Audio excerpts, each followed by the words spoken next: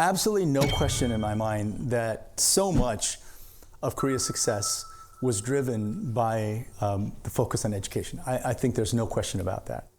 So I just want to give you a little background about the World Bank, because what the World Bank has done with Korea is a very interesting way of looking at the Korean development. So again, I was born in 1959, and in 1959, the official position of the World Bank was that Korea was too poor to get a World Bank loan. Almost anyone could get a World Bank loan. What they said specifically was that Korea was rural, that Korea's educational attainment was much lower, still recovering from the war. They also pointed out that all of the industrial capacity and most of the mineral wealth were in North Korea, right? They were thinking the final sort of conclusion was Korea would need just direct aid for a very long time. They were not going to be able to sustain their economy without a lot of direct aid. So finally, the World Bank was considering making its first loan to Korea, and the first loan was for a 고속도로, a highway, about $14 million. And then the second loan that Korea took was for education. This was 1969. And when they took that loan for education, inside the World Bank, people made fun of Korea. These guys are crazy. Why would they take a loan for education? They know they should focus on infrastructure, highways, energy. That's what's really needed in Korea, not education.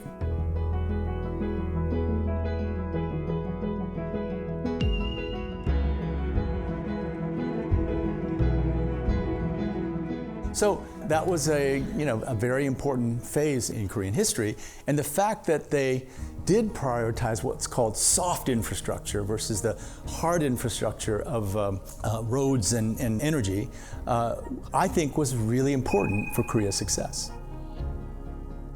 And the story, the president of the East Asia region of the World Bank Group put a pile of papers on my desk, like the second month that I was at the World Bank.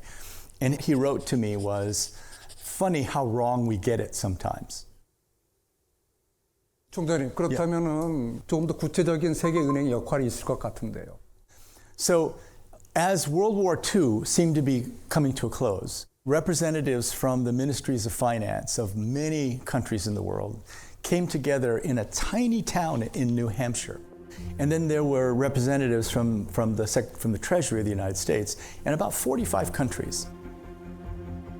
And so they got together and they said, after the war, we're going to have to do things to make sure that the global economy is stable, right? And the World Bank, it wasn't called the World Bank at the time, it was called the International Bank for Reconstruction and Development, was formed to support the rebuilding of Europe. Because World War II, Europe was just destroyed. So we call it IBRD, was specifically built in order to support European development. But General George Marshall announced at the Harvard commencement that he was going to launch the Marshall Plan. And the Marshall Plan was one of the largest direct aid programs in the history of the world.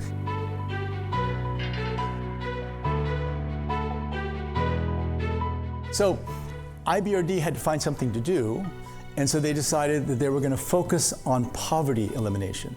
They were going to provide loans. And so let's just take one example, African country.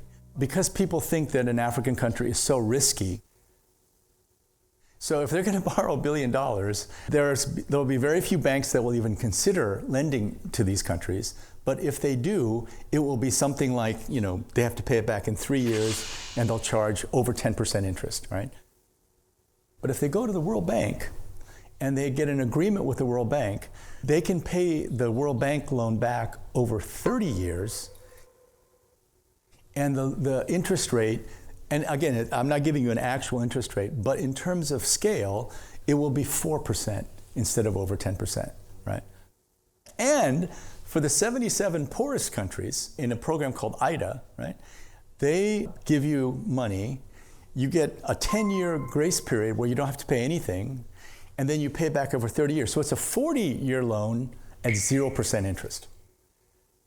And the developing countries love getting money from the World Bank because they also get free technical assistance in addition to doing it. Once you can agree on what you're going to borrow for, it's great. You know, free technical assistance, support all the way through, getting money at rates that you never would be able to get otherwise.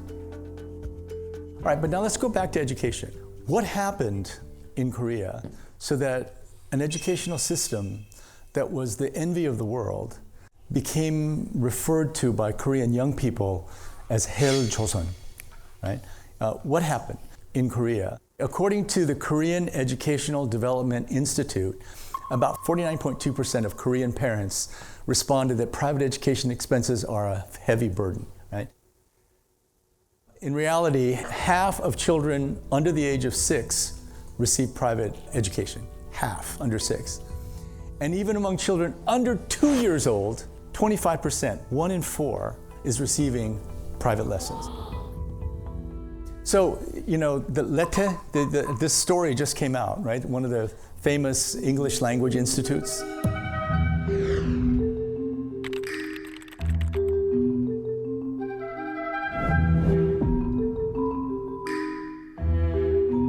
So, Hel Joseon means that there's a cruelty of the experience. What I've heard from some young people is, I am not going to have children. Why would I subject another human being to the hell that I had to go through? Okay.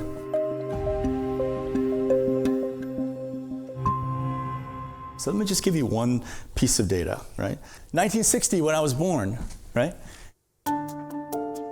The birth rate was still six children per woman, right?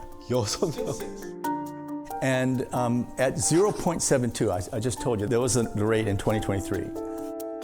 So at 0.72, if 2.1 is what's required to replace the population, the births in Korea are 1/3 of what's required to replace the population. And in Seoul, it's even lower. It's not 0.72, it's 0.55. So just to, you know, at a birth rate of 0.72, right? Just to make it very clear, 100 Koreans today will give birth to 36 children. Those 36 children will grow up, become adults, and they will give birth to 13 children. Those 13 children will grow up and give birth to 5 children. So 100 people today are going to be replaced by 5 people in just 4 generations, right? So this means that 16 million Koreans will disappear.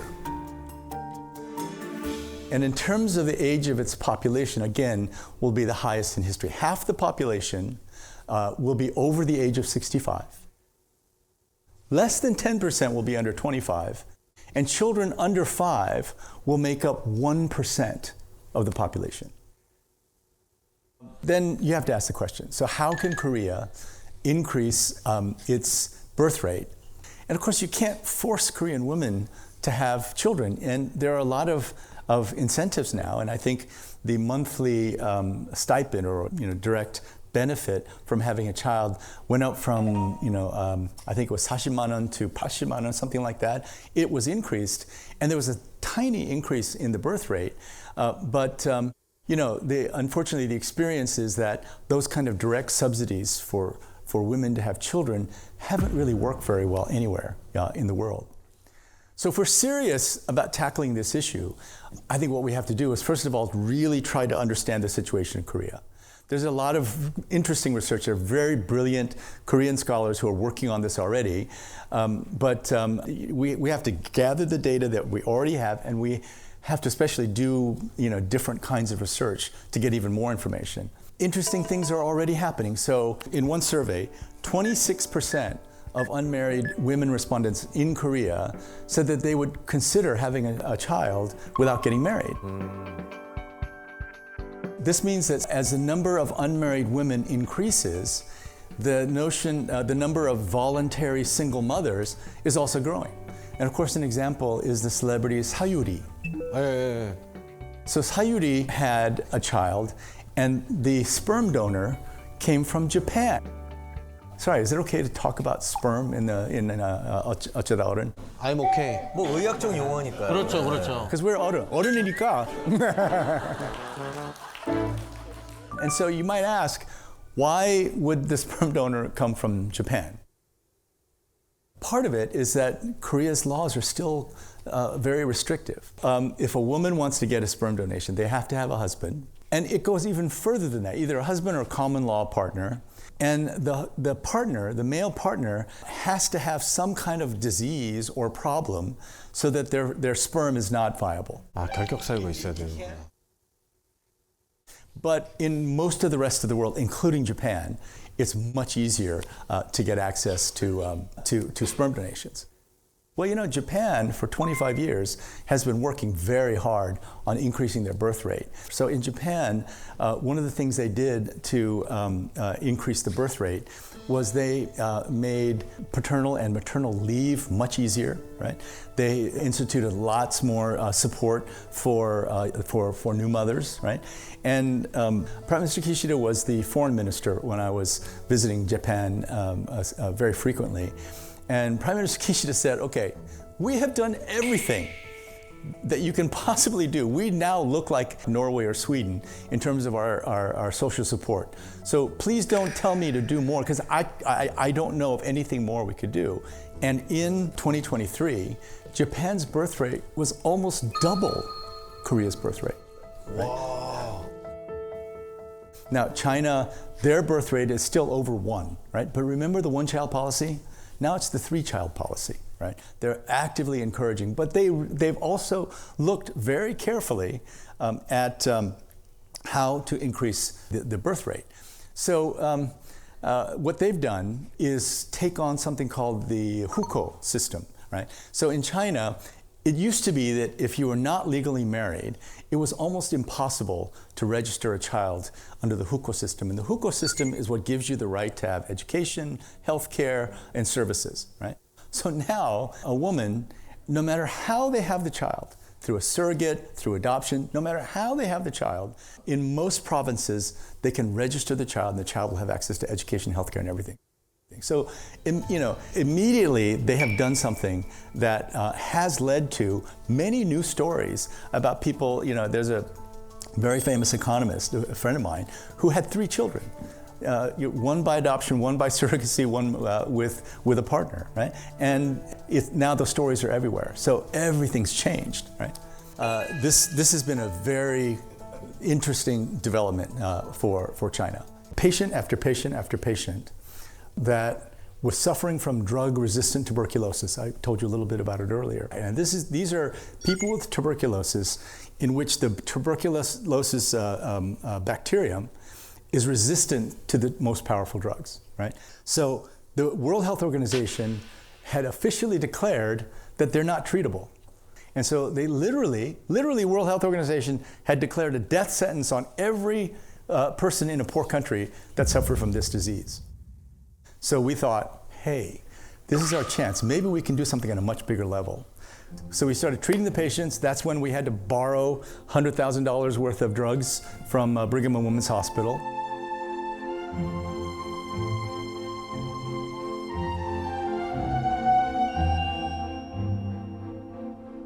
And we started having success. These patients that they said were uncurable, we started getting cures, and we reached 85% cure. 와, 선구자시네. So this group of patients that WHO had said are untreatable, the Pan American Health Organization, the World Health Organization both said, do not treat them. Do not treat them because they're untreatable. They said the drugs are too expensive. You cannot treat MDR-TB. What are you accusing us of? So it was a fight. We had to fight. So we did everything from lowering the drug prices. So doing a few quick things that I'd learned from being in Korea studying the 약국s. And we lowered the drug prices for the MDR-TB. We lowered the price of the drugs by 90%. We started, and we treated 50 cases in one town of 100,000 people. That ended up changing the world. We have a clip to play for you. Fue una lucha en una que fue bien dura. Que That's familia, milk cans? tanto de personas que realmente estuvieron ahí.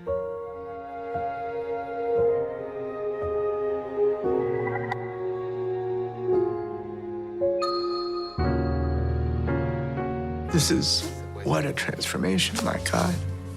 To think we almost let him die. That was so interesting. We thought, oh my God, this tiny group of people in this tiny organization, we can change the world. So I never stopped doing that.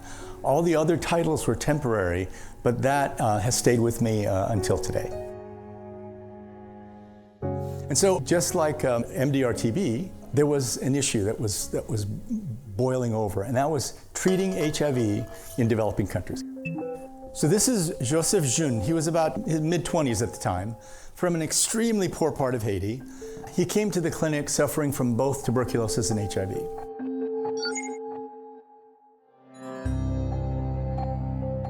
But we had gotten donations of antiretroviral drugs, of anti-HIV drugs. And so we started treating him.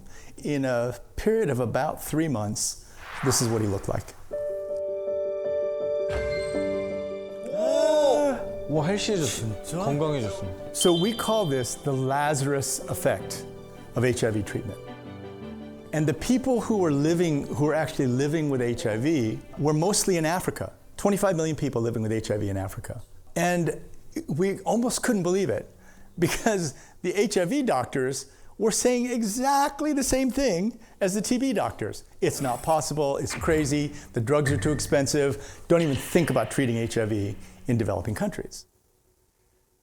Once again, they were saying the drugs are too expensive, and at that time, the drugs cost $12,000 per person per year. But that's because they were on patent. And again, I had studied the pharmaceutical industry, so I knew that we could get them off patent, right? We could, and so the argument I made was, so the pharmaceutical industry only makes 1% of its profit in Africa, right? So why are you stopping us from making generic versions of these drugs? Why are you stopping us from doing that? And so they literally wanted to get me fired because I was trying to break patents. And I said, no, I'm not trying to break patents. I just want to figure out a way that we can get the same drugs in generic version to Africa because 25 million people are dying. So Paul Farmer, who I told you about, took those before and after pictures to the White House. Took them to the White House, showed them to George W. Bush's top aides, and that evening, January 28, 2003, George Bush announced, partly based on seeing Joseph Jeune's pictures, that he was going to treat HIV. I asked the Congress to commit $15 billion over the next 5 years, including nearly $10 billion in new money, to turn the tide against AIDS in the most afflicted nations of Africa and the Caribbean. Now, so interesting, I became head of the HIV department and I set a goal. When we started at WHO in July of 2003, there were about 100,000 people in the world in developing countries getting care. So I said, let's just change the game. Let's treat 3 million people by 2005. So 2.5 years, 3 million people, that's almost impossible because we had to bring the drug prices down. And guess what? We brought the prices from $12,000 per person per year to $70 per person per year. So that eventually the US, but all the other countries, bought these drugs for $70 per person per year. Today, 27 million people in Africa are on treatment. You don't know if something's going to happen.